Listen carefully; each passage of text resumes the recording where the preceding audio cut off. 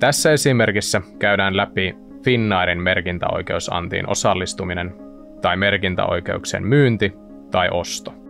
Samat periaatteet kuitenkin pätevät kaikkiin merkintäoikeusanteihin Nordnetissä. Jos haluat merkitä uusia osakkeita merkintäoikeusannissa, etsi verkkosivulta kohta Sivuni, josta löydät kohdan Yhtiötapahtumat ja osakeannit. Täältä löydät Omat yhtiötapahtumat kohdasta kaikki yhtiötapahtumat, jotka koskevat sinua. Esimerkiksi tässä tapauksessa merkintä jätetään Finnairin merkintäoikeusannissa. Painetaan Lue ehdot ja vastaa painiketta. Merkintäoikeusannissa sinulla on 2 vaihtoehtoa. Koska merkintäoikeudet ovat rahan arvoisia, kannattaa sinun sijoittajana joko merkitä uusia osakkeita tai myydä merkintäoikeudet markkinalla, jos välityspalkkio ei ole korkeampi kuin merkintäoikeuksiesi arvo. Annin päättyessä merkintäoikeudet erääntyvät arvottomina salkusta. Käytä merkintäoikeuksia kohtaan kirjataan se määrä merkintäoikeuksia, jota haluat käyttää merkintäoikeusannissa. Eli tässä tapauksessa halutaan käyttää 240 kappaletta merkintäoikeuksia, joka oikeuttaisi esimerkiksi Finnairin tapauksessa 3240 uuteen osakkeeseen, ja merkintämaksu olisi tässä tapauksessa 97,20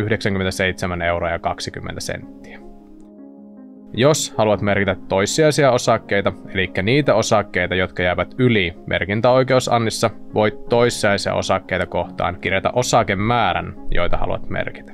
Jos merkitset esimerkiksi 100 kappaletta osakkeita Finnairin merkintäoikeusannissa, nousisi merkintämaksu tässä tapauksessa ylöspäin.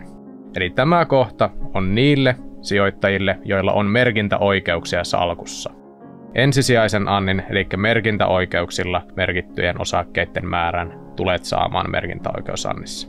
Toissijaiseen antiin voi osallistua taas kuka tahansa, eli esimerkiksi ne, kenellä ei ole entuudestaan, kuten tässä tapauksessa Finnairin osakkeita, tai jos sinulla on jo Finnairin osakkeita ja olet jo käyttänyt merkintäoikeudet, voit merkitä toissijaisia osakkeita.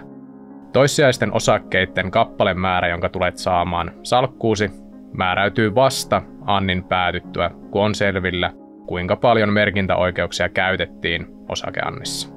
Toissijaisen annin merkintä ei ole takuu siitä, että tulet saamaan juurikin 100 kappaletta osakkeita esimerkiksi tässä tapauksessa.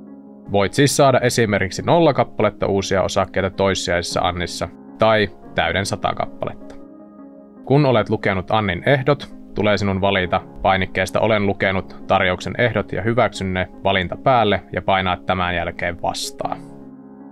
Jos taas haluat myydä merkintäoikeudet, eli et halua merkitä uusia osakkeita, voit myydä merkintäoikeudet markkinalla samalla tavalla kuin osakkeilla käydään kauppaa.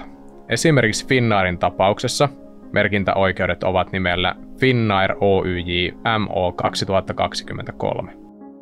Paina kyseiseltä riviltä Myy-painiketta ja kirjaa toimeksiantoikkunaan kappalemäärä, kuinka monta haluat myydä, ja paina tämän jälkeen Myy. Suosittelen kuitenkin tarkistamaan, että valitsemasi kurssi on semmoinen kurssi, jolla ostajia löytyy myöskin markkinalta kyseisellä hetkellä. Voit myös halutessasi myydä vain osan merkintäoikeuksista ja jättää loppuosalle merkinnän merkintäoikeusannissa. Jos haluat ostaa lisää merkintäoikeuksia markkinalta, jolla voit myöhemmin merkitä lisää osakkeita, onnistuu se samalla tavalla kuin osakkeiden ostaminen. Paina siis esimerkiksi Finnairin tapauksessa Finnair Oyj MO 2023 kohdasta Osta ja tee tietämystesti koskien merkintäoikeuksia. Tämän jälkeen ostotoimeksianto tapahtuu samalla lailla kuin ostaisit osakkeita. Kun ostotoimeksianto on toteutunut, ilmestyy merkintäoikeudet salkkuusi.